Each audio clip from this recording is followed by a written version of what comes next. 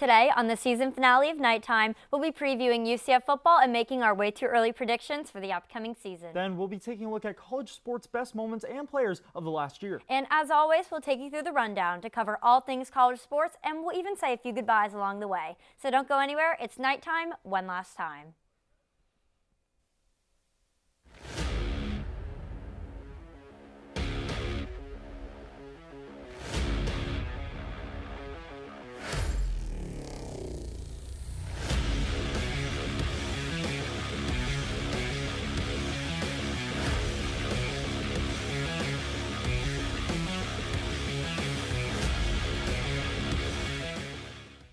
And welcome back to the season finale of Nighttime, our final episode of the year. That's right, just like every single player on the basketball team will be leaving UCF, albeit only for the summer.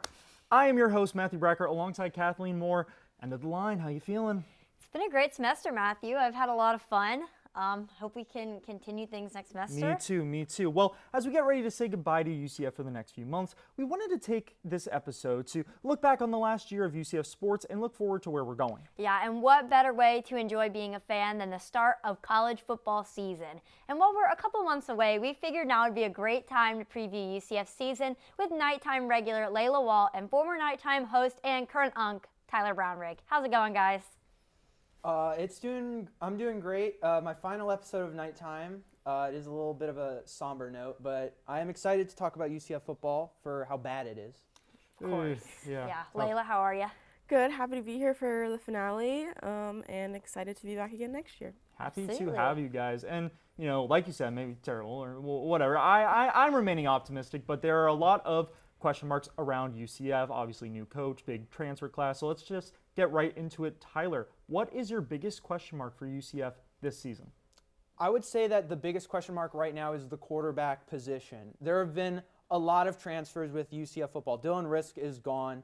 Right now, the current projected starter for UCF is Indiana transfer Taven Jackson, right? And this is a big transfer-heavy roster that Scott Frost has right now. Only 5 players who are projected to start were on the team last year. Crazy. And none of these quarterbacks are really proven, with it being Taven Jackson or Cam Fencher, who came in from FAU. There's also still Jakari Brown. Now, if they do still want to try and look at an upgrade at the quarterback position, they do have one connection to the top transfer quarterback right now, Tennessee quarterback Nico Iamaleava, and that's Mackenzie Milton, who was his QB coach at Tennessee and is now the quarterback coach here at UCF. So if they are going to try and make maybe a bit of a long shot to try and get Nico to come to UCF so they can have a solidified guy maybe for a year or two, that is probably their best bet. But other than that, it's just kind of going with whatever spare parts they have right now. Right, and the big question I feel like with Nico is the whole reason he's not with Tennessee anymore is because he's upset about money. And does UCF really have the funds to keep a guy like that around? Do we want a guy like that, you know, a team leader who just sits out for money? It could be a culture killer. I mean, guys, I think we need talent anywhere we can get it. Yeah, So I wouldn't hate it, I'm but not gonna pass I know anything up at this UCLA point. is recruiting him pretty heavily. Yeah, but I think they're only offering him $1 million, which again, like talking about offering college players It's money insane, is but we'll get to that later. We We'll get will. to that later. Yeah. Layla, what about you? What is your biggest question mark for the season? My question is, how will Scott Frost do? We've obviously seen him before. I know UCF fans are happy to have him back. He signed a 5-year contract through the 2029 season and has just done historic things for this program in the past. He was given an 0-12 team in 2015, and in just 2 years completely transformed that, led us to our first undefeated season in 2017 and our self-proclaimed natty, which is recognized by NCAA, but that's neither here nor there. Shout out the Natty. So yeah, he's just done great things for UCF in the past, and hopefully will do great things for us in the future, because it's been rough the past couple years. That controversial natty. Oh, yes. Yeah. We love to claim it. We love it. I suppose. I think it's very interesting because we talked about it in the beginning of the year too, about Scott Frost returning, how that would impact, you know, transfers and recruiting, seeing a familiar face in a winning environment. Now we just got to see what he'll do in his first season, which brings us to our next topic, UCF's record predictions. Let's get through this. Tyler, what do you think UCF's record will be on some key matchups? I mean, I don't think, again, like UCF, this isn't like a very competitive year for them. I have them going 5-7, Some notable big losses, I have them losing to Bill Belichick and UNC, West Virginia, Houston, Texas Tech, Oklahoma State, BYU, and Cincinnati to round them all out. Scott Frost,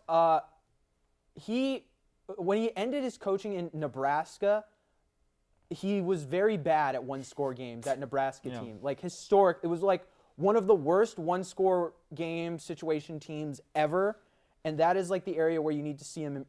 I want to see him improve.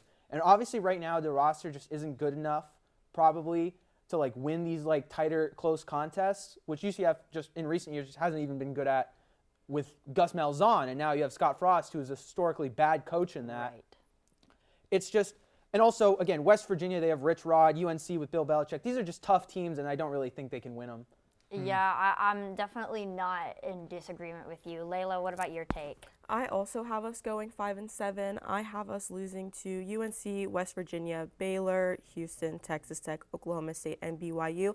I do think that it is a very possible that we do go 6-6 and make a bowl game, but I don't want to get too hopeful because we know how things go. So I do have us going 5-7. Right. Well, I'll be hopeful. I have us going 8-5. You know what? Because I believe in something. 8-5 with a bowl game win. You guys are saying we're going to lose to Bill. I think we're going to win against Bill. I actually don't think UNC I also think we're going to win against a Bill. great season with Bill. I think it's going to be an adjustment UNC's getting Max Johnson back. They have a great quarterback. Let me believe in something, Tyler. Let me believe in something. For my pick, I have us going 6-7, just because I have us making a bowl game, but losing the bowl game. So, but this, Tyler, we want to ask you one question. Former nighttime host, like just real quick, what does it mean to you to host nighttime? Nighttime always have a very special place in my heart. Camden Mowry was the host before I got it, and then I got to host it with Maddie Glass, and it was a really fun semester. My first ever time hosting. I'll always remember it and think of it fondly. Well, we appreciate you, Tyler, for everything you've done at HTF. But guys, whatever happens for UCF football this year, one thing is for sure, I'll definitely enjoy the pregame. Speaking of UCF, though, don't go anywhere. We'll give you the rundown and my top UCF plays of the year right after this. Hello, everybody. Welcome to the first annual Nighttime Hitting the Sticks College Football Edition. I am Matthew Bracker, joined by Justice Covert, Tyler Brownrigg, Jack Kelly. Gentlemen, how are we doing? I'm doing pretty well. I think that's the camera over there.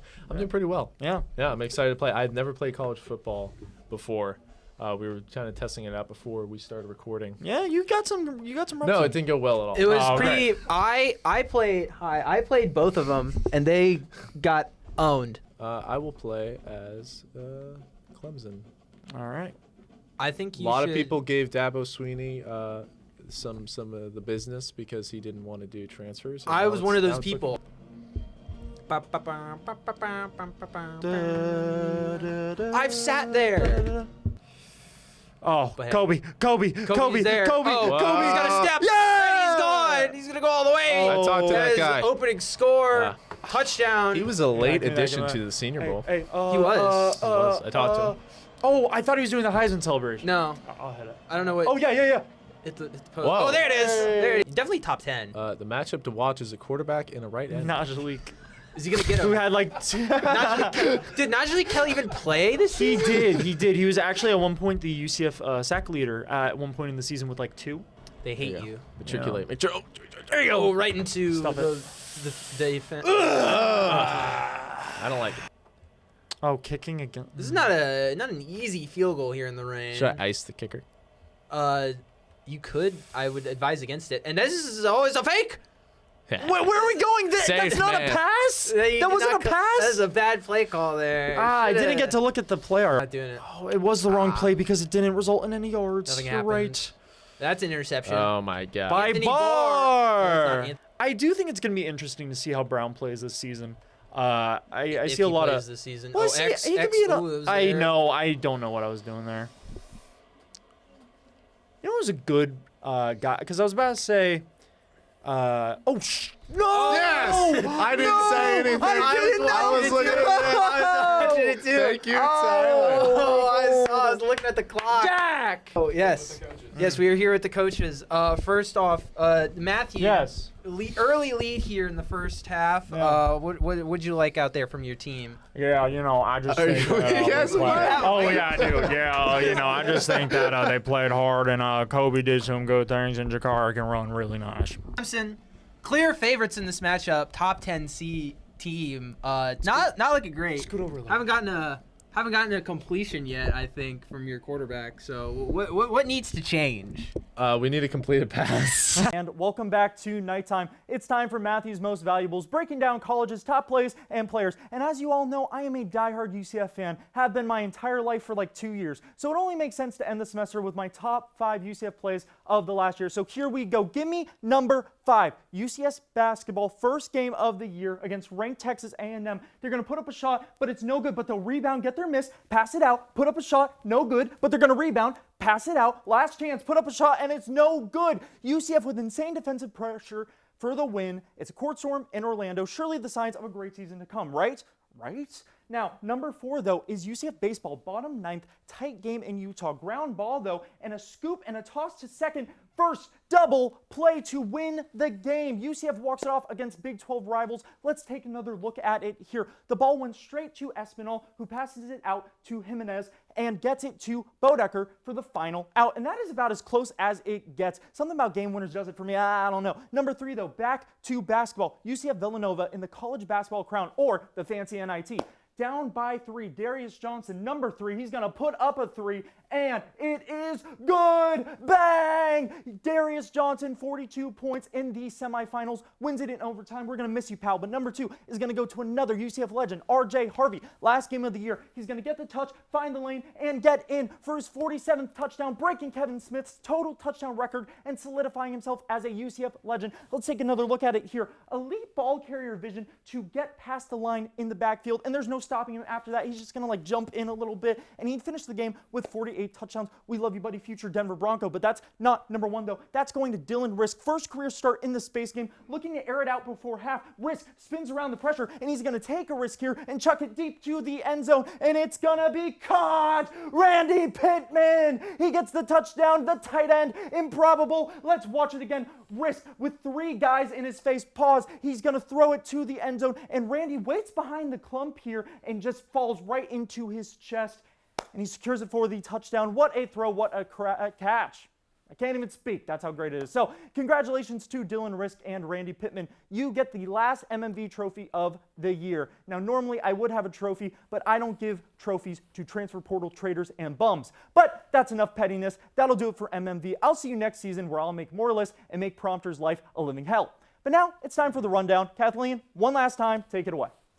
Thanks so much, Matthew. It's always fun watching you give your top 5 plays. So why don't we just get started with the rundown? As always, we get 1 minute to talk about every topic. So let's get started with Nico and the NIL. So big storyline coming out of this week. Tennessee quarterback Nico Layava is leaving the school after a dispute due to his NIL contract. Reportedly, he demanded $4 million from Tennessee and sat out of practice for this entire month, to which the team announced they would be moving on from him.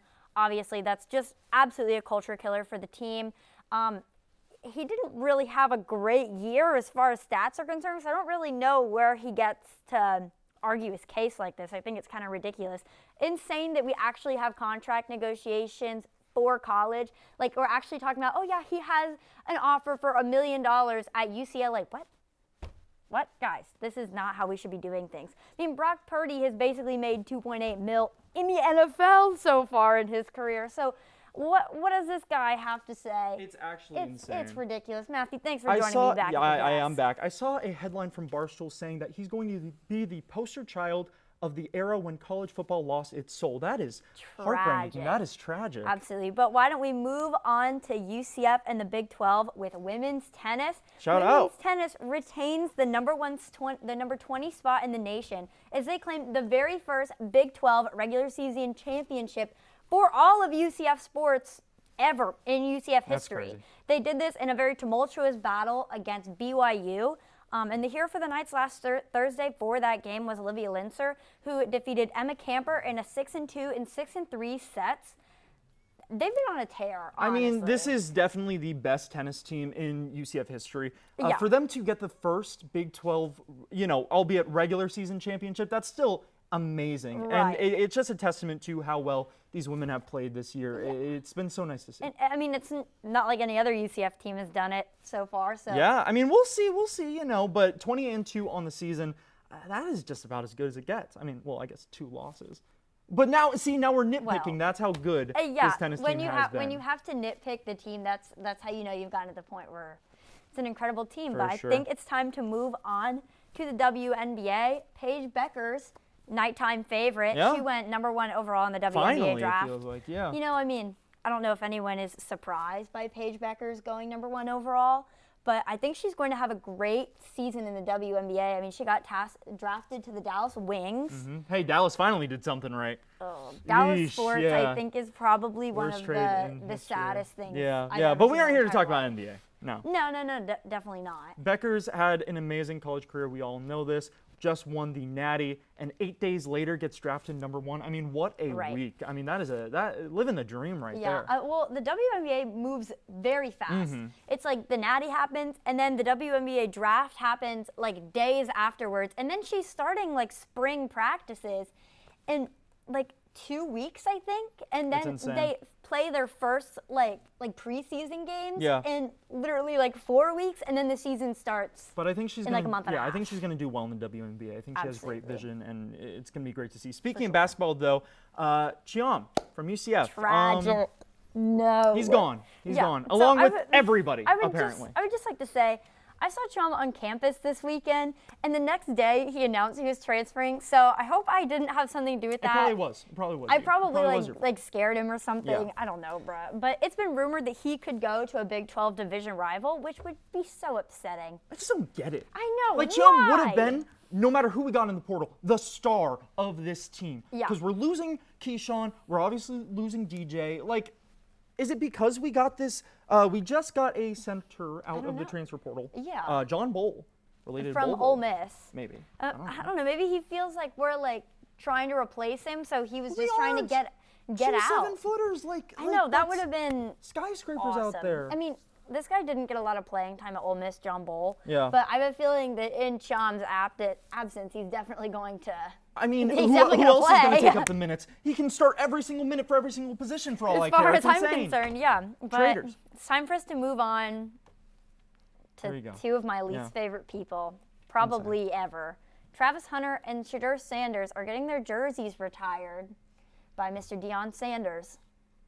I hate that guy, too. I know you do. I would just like to list off a couple of accomplishments that have caused other people to get their jerseys retired by their university. Winning a Super Bowl, winning MVP, Rookie of the Year, Defensive Player of the Year, etc. And here is what Travis Hunter and Shedeur Sanders have done. Not winning a Big 12 title, not winning a playoff game, not winning their bowl game, and having they're just terrible. Okay, listen, I think you are getting a little too critical. Travis Hunter did win a Heisman and is one of the best don't two-way players in care. college football Don't history. care. Don't care. Now, Don't Shedeur, care. yes, I agree, should not get his jersey retired. Travis, I think he should, just not right now. It's just not his time. Christian Like, McCaffrey just got his jersey retired, and he's been in the NFL for what, like 5 years? Just put some distance between it, then we can talk about Travis. Sanders, though, hard no. Yeah, it's just not time. But, folks, that is all the time we have left for the final rundown of the season. It's been fun. Stick around for our final segment of the year and a very special goodbye when we come back. Kate Klubnik has completed the pass. Hey, there you go. Big There you positive go. momentum building right there. The offense is grooving here. Yeah, Kate, they're really Kate moving. Klubnik, he's no longer ice cold.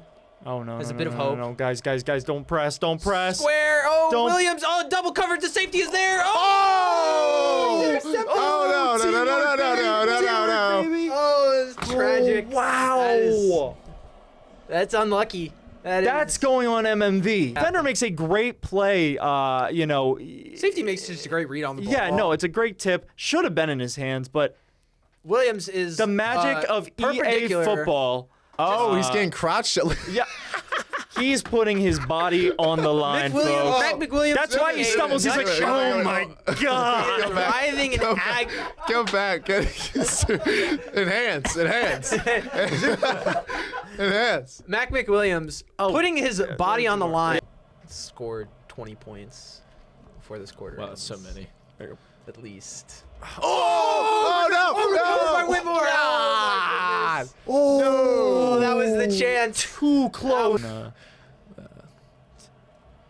Justice doesn't state his sources. There you Kobe go. Hudson and a touchdown. Then that might be the dagger. There's plenty of time left. I think, Oh man, I'm just watching Nitro Just wanna watch grind Nitro on the dance. I a think little more. since we are getting to the end of the season, we're saying goodbye to a lot of seniors. It's time for KJ Jefferson. Get KJ in Goodbye. here. But if there was like a big I'm getting a phone call, actually. Hang on. Put on Oh, it's- speaker. I'm trying to figure out who just called me. It's Ashley Rowe. Oh wow. Okay. Call it. This will be on that commercial. Ashley. Playing? Hey, you are on the. You're on air. You are on Hitting the Sticks. Is this hitting the sticks? Is this the debut of hitting the sticks? It's an honor. I am currently beating Justice 28-0. Okay, will you still be there for Victory McChicken? I am heading to McDonald's. All right, bye. Actually, I don't She even ruined it. I don't She's not even gonna be know. able- I don't even know what Not putting that in the that's even commercial. about. Yes, please. A lot of good music. on Right. them. KJ Jefferson's is just like yakety sax, and I don't know why it's like that. It's the Benny Hill thing. Yeah. Oh, KJ, KJ, what have KJ, you come done? on, pick. Come on. KJ making a tackle. Oh, he misses. Hit the corner. Pickens is still going. Oh, he's still going. Pickens. This is making the cut. He's This is going making it all go. the way. RJ Pickens. There better be a field rush animation after this. There is You'd be not surprised. in this Hey, game. 26 might. 26 might. Maybe that'd be. Hey, EA Sports. That'd be a cool thing to add. Oh, Rushing the field. Oh, they're All tapping that. into the Hitting the Sticks commercial. Oh, they're, yeah. they're tapping into the commercial of our last 9-10 episode to understand what the fans want. What a game. what a truly. game. And What I a think game. that'll be it for the first ever edition of Hitting the Sticks. Thank you, everybody. Thank you, Jack. Round of applause for Jack. Yes. Yeah.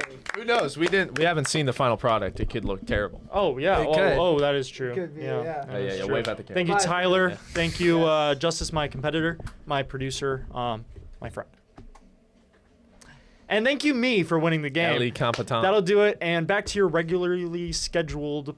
No, I'm redoing that. And welcome back to Nighttime for one last segment. We'll be taking a look back at college sports as a whole. And to help us do that is our producer, Justice Covert, and our assistant producer, Danny Valdez. It's all nighttime in this one. How's it going, guys? I think it's going very well. I was just directing the last two segments, so I had to run in here and help the cameras out.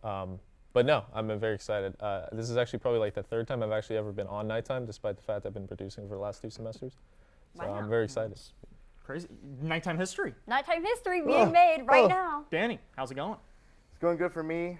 One last segment, just like Lee Corso, it's going to be my retirement. So Wow. it's been a great ride for me over here. Way sure, to for announce sure. it. Well, guys, I think we should just get right into it. Yeah. Obviously, we all love college sports here. We do a whole dang show about it. So what was your favorite moment from the last year of college sports? Daniel, we'll start with you. What was your favorite moment? Yeah, my favorite part was Vanderbilt and their football team having like the miracle season of their lifetime. We went into the season, they were projected to not really have a lot of success. They were projected to be last in the conference with possibly Mississippi State being underneath them. They first started off the season with, of course, a big win against Virginia Tech. The game went to overtime. But throughout the history, Virginia Tech's been an up-and-down program. No one could really got a feel for them. But then they lost to Georgia State. And then they lost to overtime to Missouri. And everyone thought, okay, this is going to be like the similar Vanderbilt team as usual. But then everything changed when in week 6, #1 Alabama came to Nashville. And to everyone's shockment, Vanderbilt pulled off the upset. Vanderbilt stormed the field, first time beating an opponent since #1 opponent since the late 40s. Then they kept on going. Close loss against Texas. They had their first ever win in Auburn in their program history. Then they went to a bowl game where they battled against a Georgia Tech team who, reminder this, took Georgia to 8 overtimes. And then also that same Georgia Tech team beat a top-ranked Miami, so they had a lot going for them. In a rainy day in Birmingham, Vanderbilt won, and Vanderbilt got their first ever winning season in over a decade. Wow. So great thing for Vanderbilt, and with their star quarterback Diego coming back for another season, it's going to be great for them for next season. Yeah, they'll only get stronger is what it seems. Yeah, I really liked it because it really showed the parity of college sports. It was Right. really nice to see. Now, Justice, what about you? What was your favorite? My favorite moment was probably the Notre Dame college football playoff run. Throughout the entire college football playoff run, I think I remember people saying that it wasn't a good system because a lot of the lower seeds were getting bounced so early. But then Notre Dame came in, they demolished Indiana, they upset Georgia, they kind of upset Penn State last-second field goal. They didn't get the job done in Ohio State, but I think it was really interesting to see Notre Dame, a team that was pretty much hated on for the entirety of its history. Finally, people started rooting for them because they were kind of the underdog as the 7th seed. And just every game that they played in was a good game. They had the kickoff return, they had the Jeremiah Love. It's huge, like 99-yard run touchdown. Riley Leonard was going on a clinic. So I think just watching them do really well but just come up short, I think was the most entertaining thing this Yeah, it definitely season. started the 12-team playoffs out with a bang, huh? Yeah. And they almost pulled it off in Very that true. natty. If only we had that kind of madness this March, which leads us to me and Matthew's talking points. I'll start just real quick. My favorite part of the season was Paige Beckers getting her natty. I mean, we've talked about Paige a lot on this show. I think that she is personally like one of the greatest women's college basketball athletes that we have been able to talk about like over the past few seasons of nighttime. She's been a talking point of ours. But since we're running out of time, Matthew, I'll let you get to your pick. Well, Beckers is amazing, of course, but I really liked Florida winning the Natty because I thought that it showed that, teams who aren't very, not that Florida doesn't have any NIL, but, this was a roster constructed from not a lot of top prospects, especially Walter Clayton. So it was nice to see that it still can be done in this day and age. And obviously that last shot from Houston, it showed that in the end of the day, these are just kids, Right. and that there still can be mistakes and yeah, exactly. And so that was nice to see the human aspect of college sports coming back in a year where we kind of lost that a little bit. Exactly. But speaking of humans, let's talk about some outstanding humans in our most favorite college athletes in the past year of college sports. Danny, who was your outstanding player? My outstanding player was Ashton Jeanty from Boise State. Like, we all heard about his great story of when he had 374 carries this season. He had over 2,000 yards, 29 touchdowns, led Boise State to a Mountain West championship, led Boise State to the playoff, the first ever time they ever made it that far, and into the playoffs. Ashton Jeanty was one of the best players, and I still think that he should have been the one to win the Heisman. Yeah, no, for sure. I mean, he's definitely one of the best running backs I think I've ever seen at the college level. Yeah, absolutely. Justice, what's your pick? Paige Beckers, plain and simple. I mean, she was, like you said, one of the best women athletes that we've ever seen. So I think I can't wait to see her play in the WNBA and see what she can do. I'm really excited to see if she can break any of Caitlin Clark's rookie records. But yeah, it's Paige Beckers. Yeah. Right, clear as day. Yeah. And then just real quick for me and Matthew, mine's Cooper Flagg. I mean, I just think the guy had a generational season. Great player. I love him too. And, one last chance to glaze him. RJ Harvey's mine. Gotta love that guy. But now it is time to say goodbye to a beloved member of HGF. That's right, Daniel Valdez is heading to Madrid. But before he does that, though, it's time to take a look at his greatest hits. Danny, are you ready? I'm as ready as I can be. All right, let's take a look at it. Roll the clip. Yeah. Welcome back to the Combine, and joining me are two seasoned analysts, Mr. Justice Covert and our boy Danny V, making his appearance on the Combine and on air. Gentlemen, how are we doing? I'm doing pretty good. How about you? I mean, I can't complain. I'm having a nice old morning. I had a peppermint mocha today. Can't get any better. We're back, and to quote Nick Cohen, we're going to talk some football. We're going to talk about the brand new NWSL franchise. But before that, I want to intro a Girls Got Game debut, Daniel Valdez, and a Girls Got Game favorite, Edgar Rodriguez. How are you guys doing? Very good, Frankie. Yeah? Very good. Excited to talk some football? Oh, yes. Yeah, it's definitely showed how great the league is growing, and especially for women's sports, considering this is the first ever female professional team to be played in Denver. Yes. Very true. All right, and we are joined by Daniel Valdez making his HGF Bets debut. How are you doing? I'm doing pretty good. How about you guys? I'm doing pretty good. Daniel, tell me about the NFC North winner. Yeah, for me, my pick is going to be the Green Bay Packers. The NFC North is in a really interesting spot where a lot of these teams are like really close to each other. So many of these teams, like, of course, the current odds favorite according to bets and makers is the Detroit Lions at plus 130. The Packers are right behind at plus 230. But the Packers, they seem like they're going to be on the right trajectory. It's going to be the second year behind their quarterback, Jordan Love. They return a lot of their star power. Of course, there's going to be some big questions based on their offense line and their defense, but this should be a really fun division. All right, who am I here with? Daniel V. All right, Mardi Gras, yay or nay? Yay. We are back. Joining me for this UFL segment is main show regular Nick Cohen. And making your debut on main show, Daniel Valdez. How do you feel being on main show for your first time? I feel excited. It's a really big opportunity for me. All right, and we're glad to have you. Arlington, they had to go through a much easier schedule in their division compared to some of the other teams. So definitely Arlington, I don't think they were going to match it with Birmingham, and Birmingham has a much better roster. 15 out of their 50 players are former NFL draft picks. It's going to be a bloodbath for Birmingham to beat them down. Well, now it's time to see who's left, and to do that, we brought on some basketball experts, Ben Huber and our assistant producer, Daniel Valdez. Ready to talk some basketball, guys? How are we doing? Doing great. Glad to be on nighttime. Doing great as well. Yeah, I mean, I don't know how you can bet against Duke. Danny, what about you? Yeah, I do have a lot of respect for Duke. They have a great offense. I believe they have the #1 offense in KenPom history, so that's definitely a great accomplishment. However, I think Houston's going to be the most aggressive, the most physical team they're going to play against, and I think that physicality is going to give them the win. Give me Houston. Ooh, okay. I like that, Danny. Hey, like I said, defense wins championships. But we have 3 games in mind that are very, very important that we need to talk about desperately. With me to talk about them is Diego Ortiz and Danny V, the one and only. We have Daniel Valdez joining us. Now, there's a lot going on in college football. First of all, welcome in. Welcome back. How you doing? Nighttime regular. Yeah. Yep, happy to have you. All right, so we just talked about the biggest upset of the week. Notre Dame losing to NIU. Where does Notre Dame go from here? Yeah, for me personally, I think Notre Dame, what they need to best do is to try and regroup and try to get themselves to be better on for trying to get themselves to be a lower seed for the college football playoff.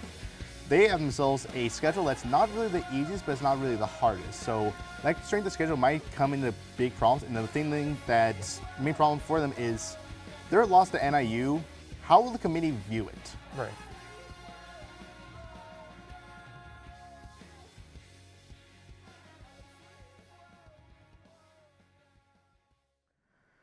Ooh, man, so much great memories. Yeah.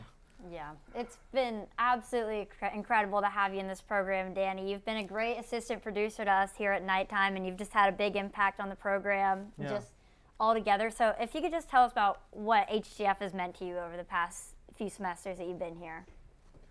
HGF has been a lot to me. Like, it's helped me out through a lot. It's helped put me through so much. It helped me explore my love for sports, and especially college sports, especially working here with Nighttime. I was working with you both and Patrick, and it's been like just all fun and just great to be just me just talking my random stuff about sports I learned like either like minutes before, just on random times. It's been great for me to help improve my skills. It's been great for me to come on air and be with you guys, and you guys are such a great crew. Even with Patrick, that he helped me like explore my love for college football, and even he loved picking my brain apart. HGF has helped. HGF has helped me change who I am and helped me become better when it comes to production and sports and broadcasting. I just love it, and from both you guys and everyone in this crew, from all my friends, like Hank, Anya, who I knew from Lead, Tyler, who I knew from a bunch of classes, of course, Justice right here, and of course both of you guys right here as well. You guys have all been amazing.